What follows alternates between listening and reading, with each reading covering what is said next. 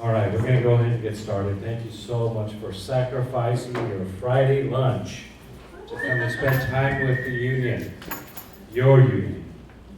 I have some great news, actually, a lot of good news.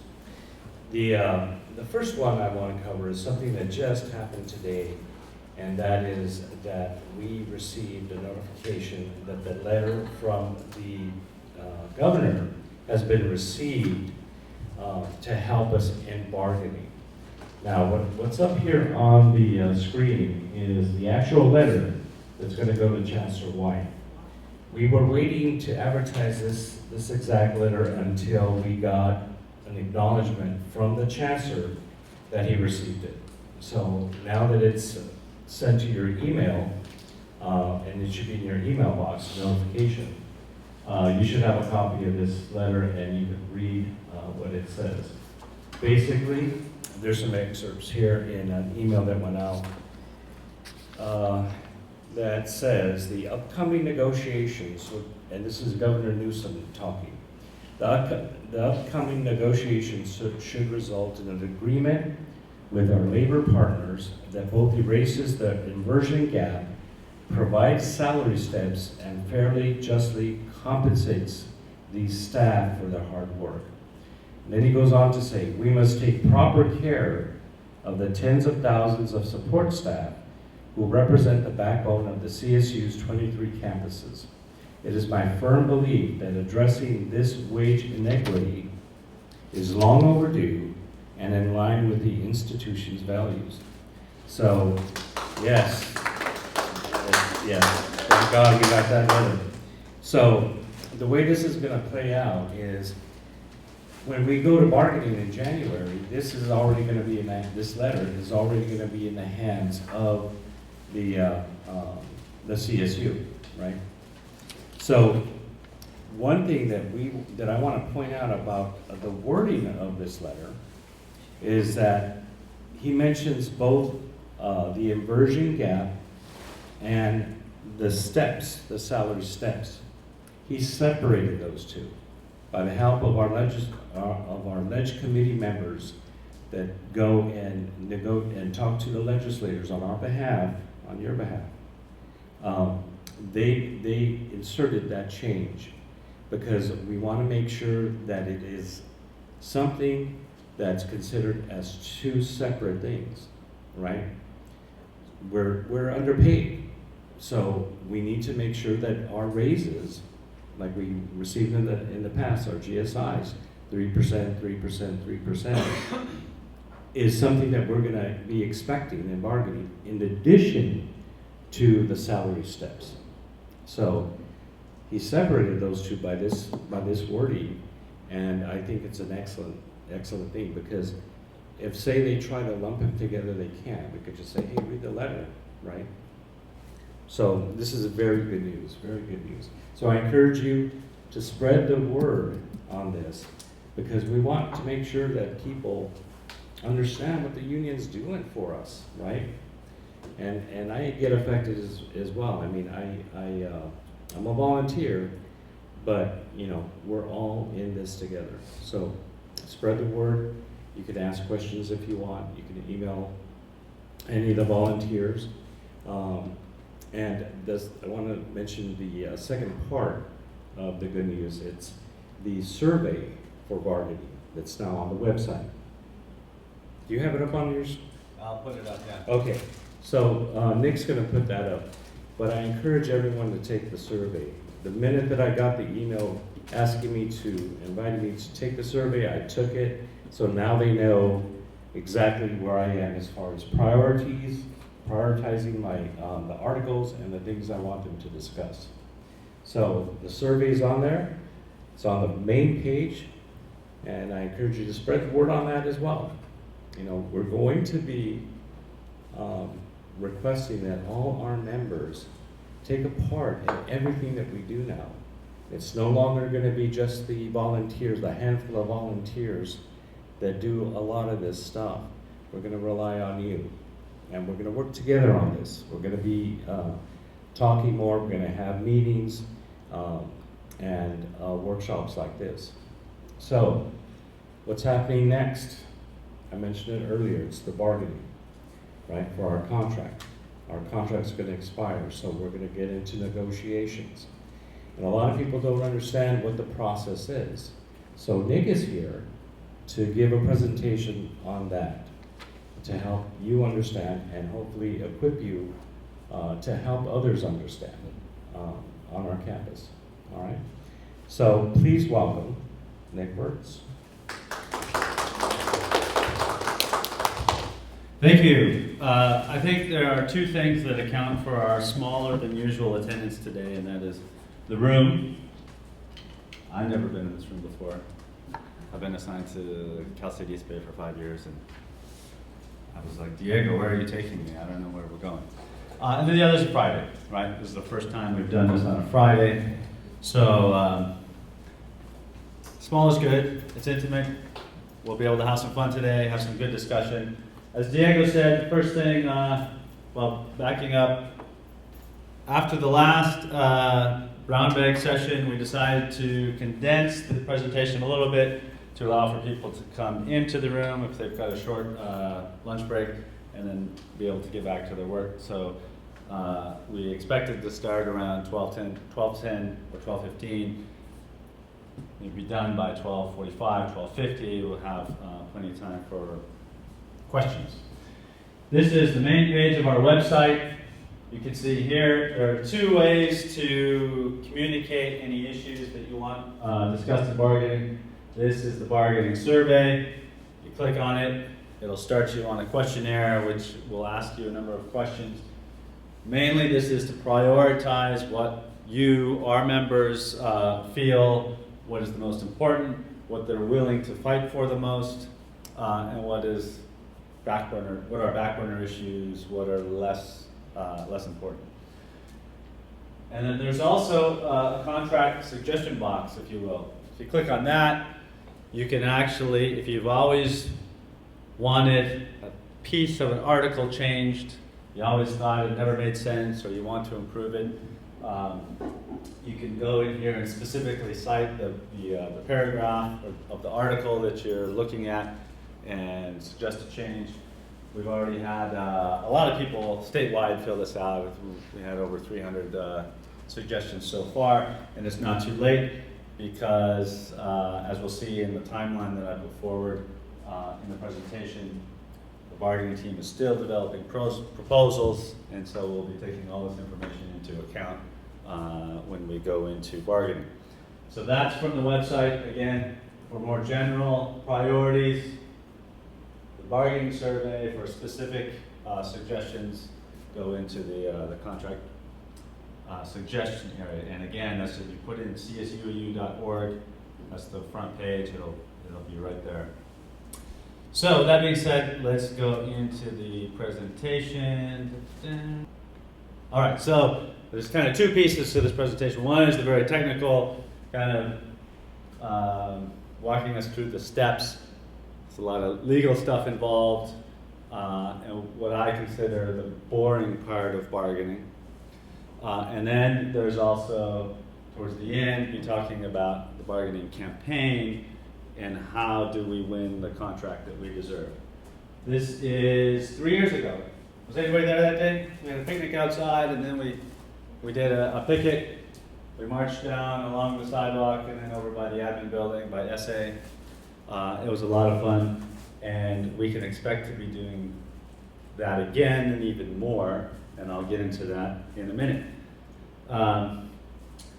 Collective bargaining for us is governed by HERA. Does anybody know what HERA stands for? I forget half the time. It's something like Higher Education Employee Rights Act, right? So it's not the NLRA, which is the National Labor Relations Act. That applies to private sector employers. This is the State of California Public Employees. So there it is, Higher Education Employer-Employee Relations Act. It is modeled on the NLRA. The NLRA was passed back in the 1930s. The states took a while for them to get around to modeling the similar language for their public employees.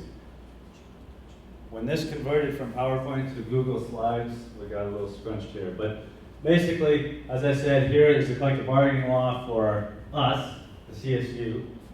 Our employer is not Cal State East Bay. In this sense, we're bargaining with the trustees of the CSU. And here it defines a scope of representation. Scope of representation is, what are we allowed to bargain, right? That includes wages, hours, terms, and conditions of employment. And meeting and conferring, if you see that reference throughout here, is the technical term for bargaining between us, the union, and the employer, which again is the trustees. HERA, in its language, grants rights and imposes obligations. Most of the rights are ours, that's the good news, and most of the obligations are the employer's. It gives us the right to be represented in bargaining and contract enforcement by a union of our choosing. And it's done through an election. Our election happened long ago. CSUU is the certified bargaining agent for units 2, 5, 7, and 9.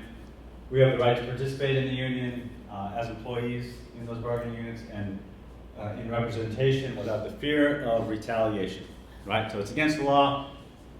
If they ask Diego to come into the office one day and they say, Diego, you're the president of CSUU, we're writing you up for blah, blah, blah, right? That is what we call an unfair labor practice charge, and we'll get into that. But it's a violation of HERA. It's a violation of our contract, but it's also a violation of state law.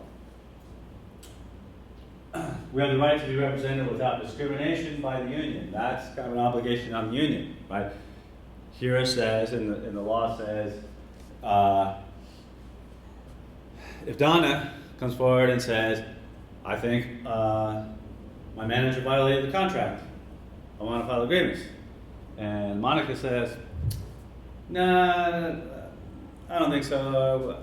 Go away, don't talk to me, I'm not going to represent you. That's a violation of HERA. We have the right to be the exclusive bargaining representative for the employees, but we also have the obligation to represent everybody. Right?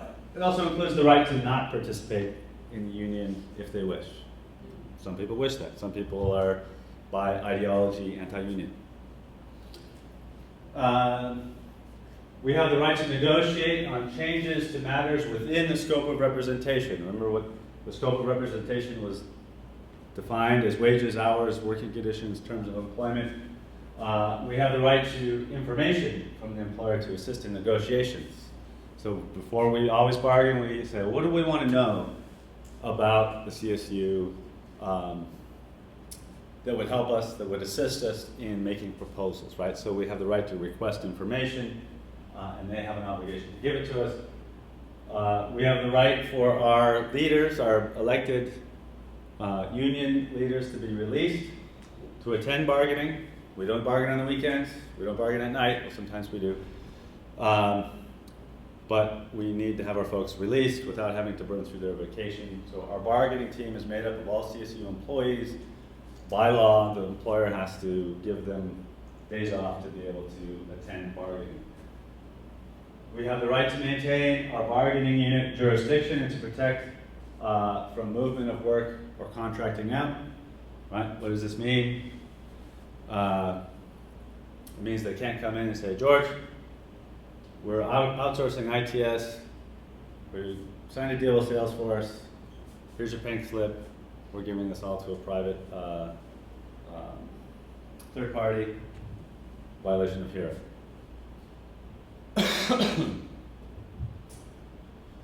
Where are we? The obligation. Okay, so now we're moving into employer obligations. Oh, we're still in union obligations. We have the obligation to bargain and enforce the contract without discrimination against the employee. We covered that earlier. The obligation to meet and confer in good faith with the employer. That is our obligation as well, although I would consider it more of a right, because who would want to walk away from being able to have some input and say into your workplace? The obligations that the law puts on employers is they have the obligation to negotiate changes in wages, hours, and terms and conditions of employment. Again, that scope of representation. So if the union goes to the trustees and say, hey, we want to talk about X, Y, and Z, the trustees or the chancellor's office or the CSU in general says, nah, we don't want to. That's a violation of law. They're obligated under the law to bargain. And not only bargain, but bargain in good faith. Sometimes it's a gray area. What is good faith? What's bad faith? That's determined on a case-by-case basis by the Public Employee Relations Board. But they have that obligation, and if they're bargaining in bad faith, we can file a charge against the employer. They have the obligation to avoid interference or preference with the union. Right? They can't run campaigns to mess up our bargaining campaign. They have the obligation to avoid retaliation against employees because of representation or union activity. Let's say on the first day of bargaining, we decide we're going to have a rally at lunch on every campus in the state, and the employer hires somebody to come out with a video camera and videotape everybody who's at the rally and then write everybody up. Illegal. It's a violation. We can file a charge. They have the obligation to participate in the impasse procedure in good faith. We'll get to impasse in a few minutes. And they have a prohibition on consulting with any other group other than the union on matters within the scope of representation. Again, we are the exclusive bargaining agent for the employees, and bargaining is 2579. They can't go off and talk to someone else. They have to talk to CSUEU. So, unfair labor practice. What is an unfair labor practice? This is basically the charge that we can file against the employer for any violation of the Higher Education Employee-Employer Rights Act. So when the employer or the union violate rights or obligations that are subject to an unfair labor practice, and it's filed with the Public Employee Relations Board, which is the state version of the NLRB, National Labor Relations Board. Again, the NLRB is for private employers. PERB is for California public employees, from state employees to city to county to district. PERB has the authority to investigate, conduct hearings, and issue decisions on unfair labor practice charges. So the good news there is that if the employer is bargaining in bad faith, they're yanking our chain, they're screwing around in bargaining, and we file an unfair labor practice charge, it's not the CSU deciding whether or not there was a violation, it's the state, a third party. PERB decisions are subject to court review and enforcement, so there is teeth. In the bargaining process, we start out with what's called a sunshine period. Essentially, all this means is that because we're public employees and the CSU is a public employer, that before bargaining begins, we have to publicly declare what we're going to be talking about in bargaining. Right? The employer and the union are required to give public notice on proposals for changes in the contract. That's within the sunshine period. They usually identify in very general terms the subject and intention of the changes. They're posted at the Chancellor's office, and management proposals are sent to the trustees' collective bargaining committee. So generally what this means is that before bargaining begins, CSU has an idea of what we want to talk about in bargaining, and they have an idea of what we want to talk about in bargaining. There's a question in the back. When does that usually take place? Good question. Our contract expires at the end of June. We will start bargaining sometime in February. The sunshine period will take place in January. Not far off from that. The HERA intends for the parties to begin negotiating before the state budget is adopted. So these are all the things that are nuanced about HERA as opposed to private employers. We've got things to deal with like the legislature, the state budget, the governor, Here requires an observer from the governor's office on matters involving appropriation or legislation. Here allows observers from the Assembly and the Senate, as well as students. This is not a closed door process. If a student or student groups wanted to come, they could come. If we wanted to invite a friendly legislator, we can do that. And we can invite folks from the governor's office. Diego shared with us a letter from the governor himself imploring the CSU to restore steps in our contract. When it gets down to it, he has pledged to send an observer in as well to help broker that deal. If insufficient funds are allocated by the budget for the negotiated provisions of the contract is renegotiated. I'm not familiar with when the last time that's happened, if ever, but that's in there. If the CSU gives away too much and the budget comes and there's no money there, we're forced to renegotiate. Proposals and counter proposals. Again, like I said, this is to me the boring part. We're going through the boring part of bargaining.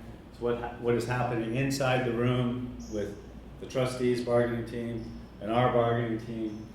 The two sides negotiate by the exchange of proposals and counter proposals. So we'll sit down. We have a couple of proposals that we want to give the employer. We pass the pieces of paper across the table and we say, here's what we want to change in the contract. Here's what we want to improve. And then they go back and they look at it, and then they'll come back with a counter proposal. Counter proposals are responses by one party to the proposal made by the other. Sometimes several proposals are in a package, making one contingent on the other. And once a proposal has gone back and forth and we've come to an agreement, we do what's called tentatively agree on that portion of it on its own, right? So if we were talking with the CSU about Article 9, we made some changes, and we come to an agreement there, we sign it and say this is a tentative agreement, we'll set it aside and we'll continue bargaining on the other pieces. At the end of bargaining, everything's been talked about, we have tentative agreements, and then they require ratification, and we'll talk about that in a minute. Good faith bargaining. Again, I said there's kind of sometimes a gray area on what is good faith, what is bad faith. What it is meant to do, or what it intends to do, is that each party must consider the proposals made by the other side.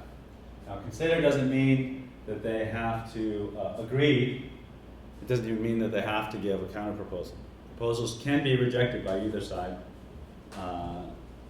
but it would be bad faith if the union gave the CSU a proposal and the CSU just walked over and put it in the trash.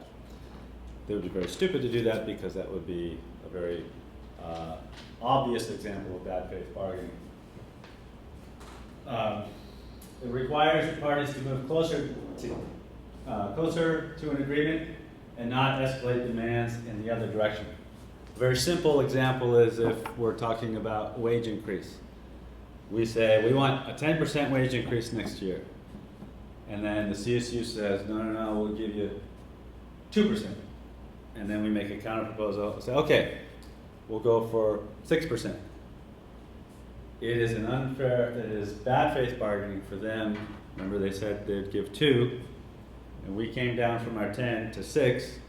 It's bad faith for them to then say, okay, 1%. Right, they're going in the opposite direction.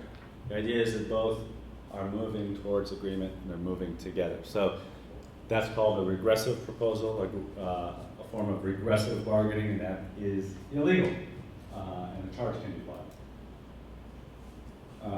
It is, like the last line there, regressive bargaining is an unfair labor practice charge. So until the parties finish bargaining, the employer must maintain a status quo for wages, hours, and terms and conditions of employment. This is regardless if we go past the expiration of the contract or not. The expiration of our contract is June 30th. If we bargain and we're not finished and we go into July, our contract expires. That doesn't mean that everything's up for grabs and they can change whatever they want. They have to keep the contract intact Otherwise, they've committed an ULP, unfair labor practice charge. So that means salaries, schedules, classifications must continue unchanged. There are a few exceptions to this. Statutory waivers. If you are a non-exempt employee at the CSU and you work overtime, you can say, I can get time and a half, or I'd rather take CTO.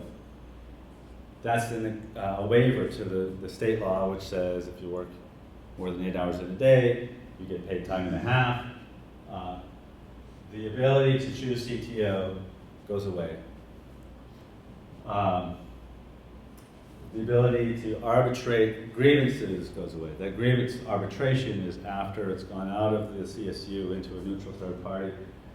These things don't have a really big effect on us. It's definitely livable if we go past the expiration and those go away. Big deal. The last piece is what's important to us. We have a clause in our contract, as do most other unions in the country, that says during the life of the agreement, we pledge we won't strike. But once June 30th goes by, and we have not agreed to extend the contract, the no strike provision ends, which allows us to potentially strike if we are at odds and very far apart in bargaining. If the parties are unable to reach agreement, either or both parties may request that PER, which is the labor board for the state, declare an impasse. Impasse involves 3 possible stages: mediation, fact-finding, and unilateral implementation.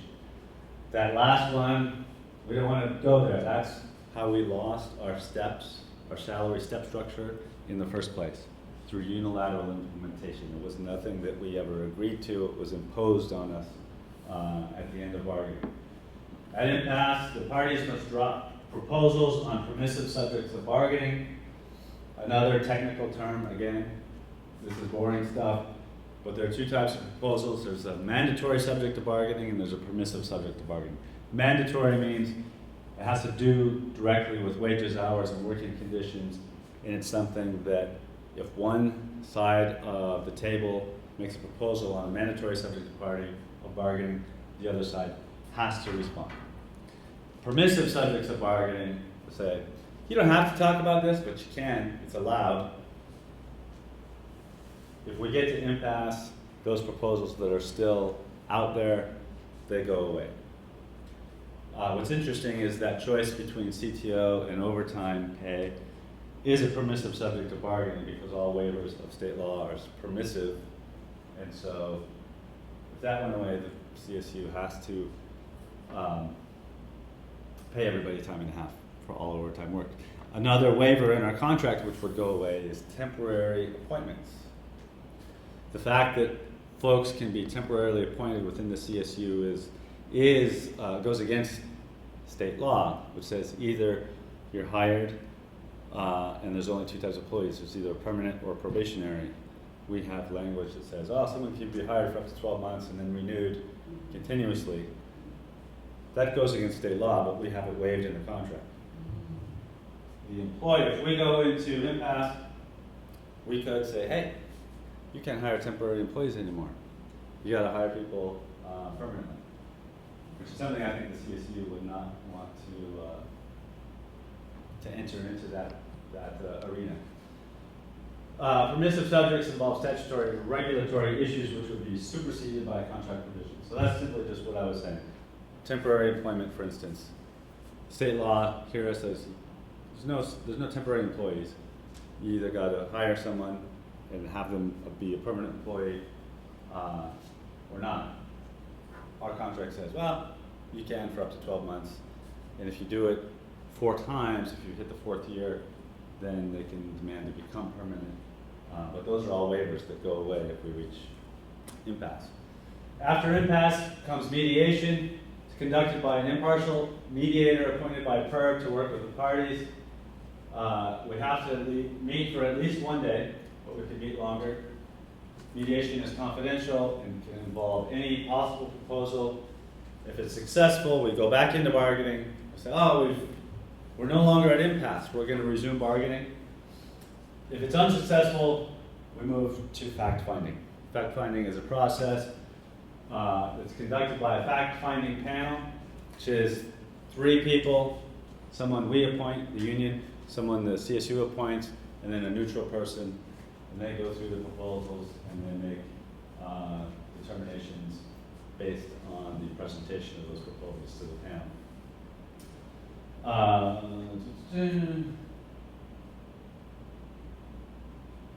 It can be a long process. There's a lot of facts and figures that are involved. It's almost like a court case. You know, one side presents its case, and the other side presents its other case, and then the panel says, "Oh, we think we agree with the union, or we agree with the employer." At the completion of fact finding, a report is made public, and it includes recommendations for compromise. Recommendations. There's nothing mandatory about what happens. If fact finding goes through, the recommendations are made. This is the area where we don't like to be. That's imposition or implementation unilaterally by the employer. The employer is allowed to unilaterally implement their last, best, and final offer made during bargaining, right? This happened to us regarding our steps. We got to the point of impasse, we went through mediation, we went through fact finding. The employer said, no, we're going to implement, and that's how we lost how we got ranges in place of steps. The employer can't unilaterally implement anything that wasn't made at the bargaining table. It has to be their last, best, and final offer. They can't punish us by saying, oh, you dragged us through all this stuff, now we're going to impose something that's worse than what we were even talking about at the table. They cannot unilaterally implement a proposal on a permissive subject to bargaining. Again, permissive. Things like waivers of CTO in lieu of overtime, and things like temporary appointments. The employer is not required to implement your entire proposal or any particular part. This, if we're getting down to this, if we're past June 30th, we've gone through all these steps, we likely are going to be talking about strikes or some sort of job action. Union, we are allowed to conduct a strike, and there's 2 kinds of strikes. There's one that's based on an unfair labor practice violation during bargaining. Say the employer refuses to give us information that we requested in order to make a good proposal. If they refuse to consider a proposal in good faith, they engage in regressive bargaining. Those are all unfair labor practice charges that we could file and strike based on that violation. We can also strike on economic issues. The difference is, on economic issues, we have to wait for the conclusion of impasse before we strike. An unfair labor practice strike can be conducted anytime after June 30th. We don't have to wait for the conclusion of impasse. Strikes may not be conducted while the contract and its no strike clause is in effect. That's why I said we have to wait till after June 30th. If we've agreed to extend beyond June 30th for 30 days, that's inclusive of the no strike pledge, we would have to wait for that 30-day period to expire to conduct our strike. Sympathy strikes, we were supporting, we have our brothers and sisters in CFA and in Unit 6 and APC bargaining at the same time. We can't conduct a strike in sympathy while the contract is in place and the no strike pledge is in place. We would have to wait again until after June 30th. The employer can try to fight back. One thing they can't do, strike is a protected activity. They can't fire people, they can't punish people, they can't retaliate against anybody who has participated in a strike. What they can do is go to the labor board and say, hey, we have a compelling reason why they can't strike. And those are usually applied in situations where health and safety are at risk. I've been involved with many strike situations at hospitals and public employers, they will often go to the PERB and say, hey, if we close down this particular unit or this emergency room, that's a threat to public safety, we need to keep it open. So the PERB has the right to be able to enjoin the strike, issue an injunction to stop the strike. And sometimes they do it just minimally, right? So I could see the CSU saying, hey, they can't strike because we have nurses and workers in the health center that need to give health care to students. So the PERB may say, okay, everybody can strike except them, or the CSOs or the dispatchers, anything that has to do with public safety. How are we doing on time? Oh my God. Gotta go fast. So, timeline. We start with the sunshine proposals in January. In February, we'll start negotiating ground rules, which includes where we're gonna bargain, what's allowed in bargaining. We will then bargain from February through June. The contract expires at the end of June. We may go beyond that, and we may have job actions that require us to convince the CSU of the right thing, which just gets to my favorite part of bargaining. Stay with me for a moment as I kind of go outside of the bargaining process and talk about how pressure is applied and how things are won and how we achieve things as a society. This is the 66th Congress of the United States. Congress that was in, these are the folks that were in power from 1919 to 1921. Can anybody venture a guess what important legislation happened in that time? What year was this? 1919 to 1921. In 1920, the Constitution was amended to allow women the right to vote. These are the folks that voted on it and passed it. Are we to believe that all these guys, white dudes, got together and said, hey, let's give women the right to vote? No. We have people like Alice Paul and Lucy Parsons and generations of suffragists that worked to put pressure on Congress to pass the law to gain the right to vote. But were these women here enough to achieve the 19th Amendment? Was just them coming into Congress and making a speech saying, hey, here are all the good reasons why women should have the right to vote?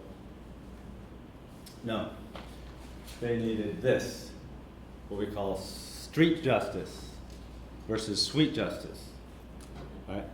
Do we achieve justice in the suites or in the streets? Right? Rarely is it enough to have a good idea or have a rational argument or to be the smartest person in the room to achieve justice in society. Here, 1964, we've got Lyndon Johnson signing the Civil Rights Act. A bunch of white guys again deciding, hey, we think it's bad that people can discriminate at work or anywhere in the United States. I misspoke. It's not all white dudes. There's a guy right here. Everybody recognize him? Dr. King, central figure in the civil rights movement. So it wasn't just those guys in Congress who said, hey, let's pass the Civil Rights Act. It was people like Dr. King who were making the moral, ethical arguments. He was a great speaker. He's a quite smart guy. He was a minister, so he had the moral authority behind him. But was he enough to convince the Congress to pass a Civil Rights Act? He needed this, right? It wasn't enough to be right. It wasn't enough to be smart, to be rational. We needed to apply pressure through the civil rights movement and the protests that happened. Here we have the United Auto Workers and General Motors signing a union contract in Flint, Michigan in 1937. You want to know what happened in Flint, 37? Sit-down strikes. Right? We had the workers at that General Motors plant fighting for recognition, fighting for a union, and very simple demands. The agreement they're signing is one page. It includes a 5% pay increase and the right to talk to each other about the union at lunch on break.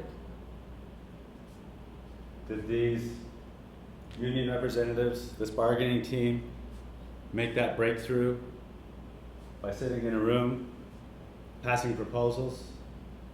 What did they need? They needed this. They needed to occupy the General Motors plant. They needed people in the streets.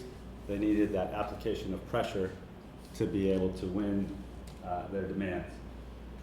So with that in mind, we have a very dedicated, a very smart, a very eloquent bargaining team made up of leaders that have been elected by us, the members, around the state, who feel very passionately about the contract, the kind of contract that we deserve and that we should win. But they can talk with the CSU until they're blue in the face. And we will never win that contract unless we have the street justice involved. So how are we going to do that? At each campus, we will be creating what's called a CAT team, Contract Action Team. It consists of us, members, who step up to help organize our campus during bargaining by supporting the bargaining team and applying pressure on the CSU.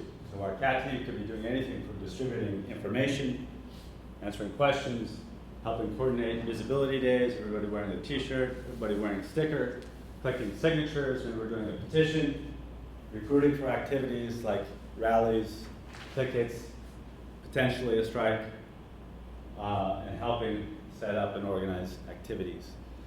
So what our appeal is to our members is we have at East Bay a very dedicated and smart and active crew of e-board and stewards who have volunteered their time day to day, grievances, representing folks. But we can't do it alone. We're going to need help from the members to volunteer. It's not as big of a commitment as becoming a steward. You know, you help out where you can, you do what you can, but we need that help to be able to apply the pressure that's needed to the CSU to do the right thing. That is it. I know I went fast, and there may be questions. We're right at 1 o'clock. If anybody has any questions, let loose. I have two questions. Where Done. can we get the information regarding the points that we're going to be discussing or that are up for debate in the contract or negotiation in the contract, upcoming contract? And two, I'll get back to you because I forgot. And what? She'll get back to us on the second. Okay. So for the camera, the question is, how are we going to stay informed throughout the process about what's being talked about, what's being tentatively agreed to, what we need help with? The bargaining team, we will be issuing what we call bargaining updates, emails, hard copy flyers throughout the process to keep everybody informed. We also will likely be doing lots of membership meetings, kind of office hour, town hall type meetings throughout that process to keep everybody informed, because that is key. We can't get a healthy amount of people to come out to a lunchtime rally if they don't know what we're fighting for. So that information is key. We've got to keep people informed. So that is part of what this CAP team helps do, right? We circulate those flyers, we get in, we talk to folks, we say, here's what's going on, here's what's happening at the bargaining table. Yeah. Other questions? I just have a comment. And we got a comment. Are you going to say that? Yeah. Sorry. All right, so one thing that I was really anxious to tell you. Did someone have a question? Yes, Jen. Okay. How many members of the trustees do we have? And, what else?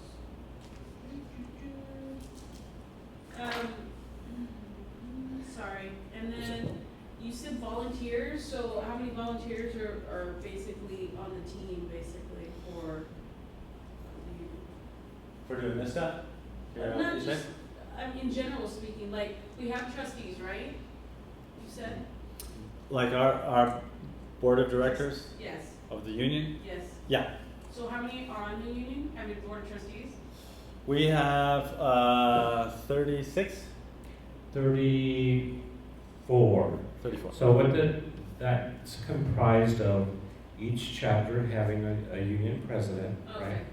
Being on the board of directors.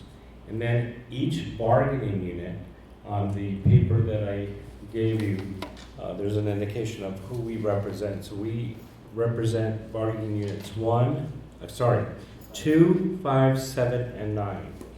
So each one of those bargaining units has a vice chair and a chair on the board of the directors group.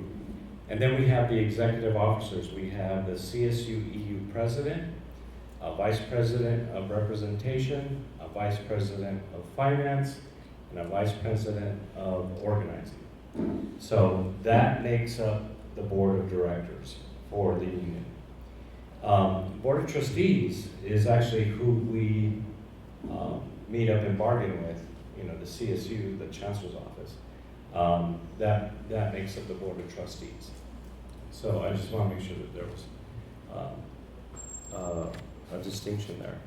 Did you have, did I answer your question? Yes. Okay. All right, so one thing that I really want to mention is that there is an opportunity for us to host bargaining. Nick went over some of the timelines, right? So Sunshine in January, and then the chancellor's office basically travels to campuses to negotiate, and the chancellor's office is one location as well. So they travel to campuses. Last time we were bargaining, we hosted one of those sessions. When articles are going back and forth, they can be at any particular campus, but we are hoping that they will come back to our campus, but they may not. The reason why I want them to come by here is because we actually had great success in getting everyone together and picketing at the right time. We had just enough people to have an impact on them. I mean, to the point where they were in the Biella room and we were outside the window and picketing with signs, So it's going to be that level and more. The reason why they might not have the bargaining team on our campus is because they want more exposure. They want even a bigger impact. So if they have it at San Francisco State, which is a huge campus, we might be asked to go over there. Just like we hosted and other people came to our campus, we might be asked to go over there to help. And it's worth it because everything that's in line right now for bargaining boils down to compensation, right? The steps, and make sure that we get the GSIs that we deserve. So it all boils down to salary. So, any questions? One more. Yeah. I heard last year in December that you guys had an event here to go over like the main logistics for the year, I guess, or whatnot, account-wise. Are you Yeah. guys gonna have something like that again in December? Yeah, good question. Actually, not in December, we pushed that out. That's a general membership meeting that we had traditionally in December, but this time around, it's gonna be pushed out to January. Yeah, so we'll have that general membership meeting. All right, well, thank you. Sorry for keeping you late, and if you guys have any questions, you know how to reach us. Yes? I love the sheet. Oh, the sheet, yes. So thank you for those of you who signed or filled out the bargaining contract campaign volunteer sheet.